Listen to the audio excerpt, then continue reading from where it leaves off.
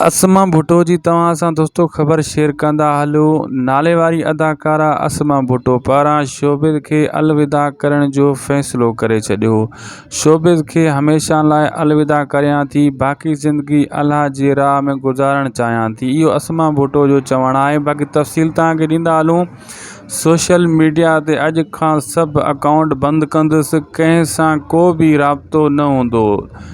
Asma Bhutto showbiz में तकलीफ़ूं भी ॾिठियूं, सुठा दोस्त भी मिलिया, जिन खे छॾण ते थोरो दुख भी थिए थो। दोस्तों तव्हांखे सॼी तफ़सील ॾींदा हलूं। काफ़ी उन्ही ॻाल्हियूं कयूं असमा भुट्टो ऐं कुझु अहिड़ियूं ॻाल्हियूं कयूं जेको तव्हां सां शेयर करणु ज़रूरी आहिनि। अदाकारा असमा भुट्टो जो वधीक चवणु हुयो त शोबिज़ खे छॾण जो फ़ैसिलो कयो आहे। पूरी फैमिली सां उम्रे ते वञी रही आहियां। हुन चयो त ड्रामनि जी दुनिया में तमामु घणी शोहरत मिली, इज़त मिली, पर कुझु चहिरा बदिलजंदे भी ॾिठमि। KTN मूंखे इज़त मोहबत ॾिनी, प्यार ॾिनो ऐं हुन मंज़िल ते पहुचायो। महिनत ज़िंदगी में तमामु घणी कई। भाउर जवान थी विया आहिनि। मां फुल फोकस फैमिली ते करणु चाहियां थी ऐं पंहिंजे घर ते फुल फोकस करणु चाहियां थी।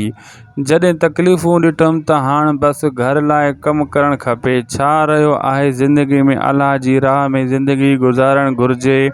हुन चयो त कोशिश हूंदी त बक़ाया ज़िंदगी जा ॾिहाड़ा सऊदी अरब में गुज़ारिया ऐं अल्लाह जी राह में गुज़ारिया। शोबिज़ खे हमेशह लाइ अलविदा करियां थी। सोशल मीडिया ते सभु अकाउंट अॼु खां क्लोज़ कंदुसि। मुंहिंजो कंहिं सां को बि राब्तो न हूंदो। शोबिज़ में तकलीफ़ूं भी मिलियूं ऐं सुठा दोस्त भी मिलिया, जिन खे छॾींदे थोरो घणो दुख भी थिए थो, जिन सां ज़िंदगी जा काफ़ी सारा साल गॾु गुज़ारिया आहिनि। हुन चयो त शोबिज़ खे ग़लति रंग ॾिना विया आहिनि। हर माण्हू ग़लति नज़रिए सां ॾिसे थो।